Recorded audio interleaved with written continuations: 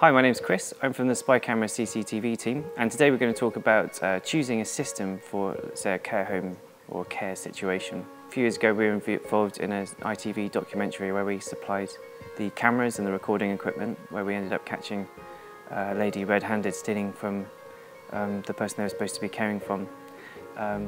Also, quite recently and unfortunately, there have been lots and lots of focused documentaries on the state of our care system, and unfortunately there have been lots of incidences where people have either been miscared for or stolen from, and this has brought it into the mind's eye of people. When choosing a system, there are a few questions that you just need to bear in mind so that we can help you decide which is the best system for you. Firstly is, how often are you going to visit? If you're able to visit the location on a regular basis, say daily, we can go for different devices than, say, if you can only go once or twice a week. Secondly is looking at the environment that the cameras are going to go into. Is it busy and cluttered, and is there things that we can hide cameras inside? So devices maybe of, say, this size. If you could hide that somewhere without anyone noticing, you would need a few things around it so that it is discreet.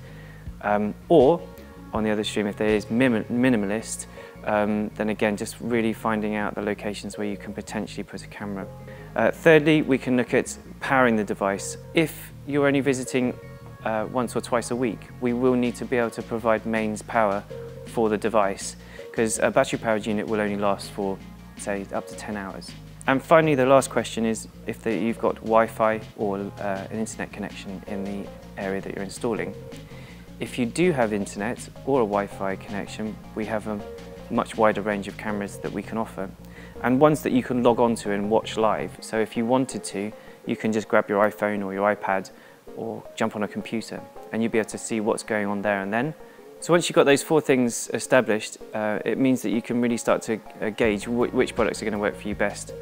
Well, we've got two scenarios which tend to come up frequently. The first one is where you are installing equipment in, say, a home, or your own home, or the person's home. And then the second one would be where maybe they're in a care situation where it's a third-party home, where they're a resident somewhere.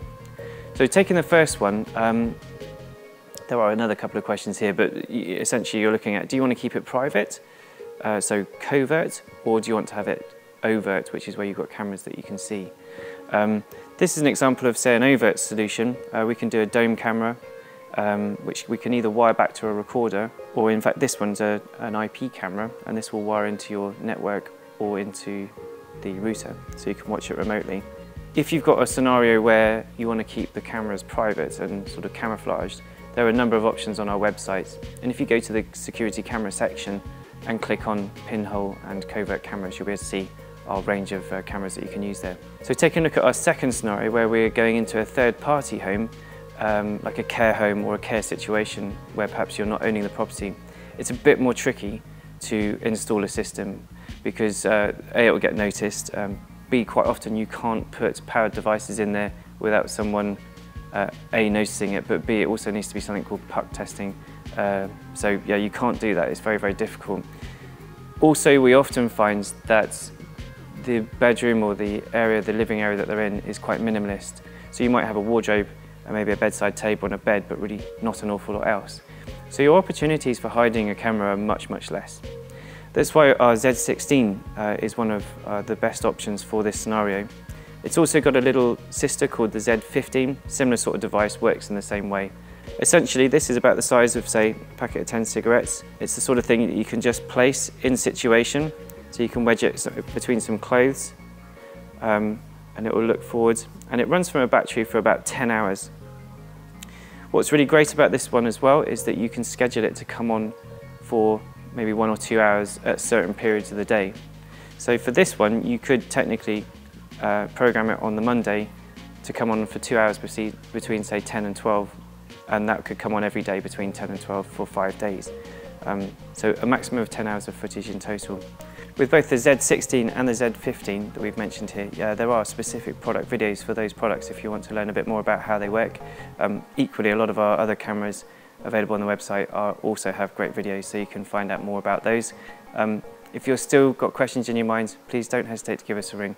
We do have a lot of experience helping people to get through these situations and recommending the right products to suit your specific scenario. Our telephone number is 0117 3252 470. Alternatively, you can visit our website, which is www.spycameracctv.com. Thanks very much for watching.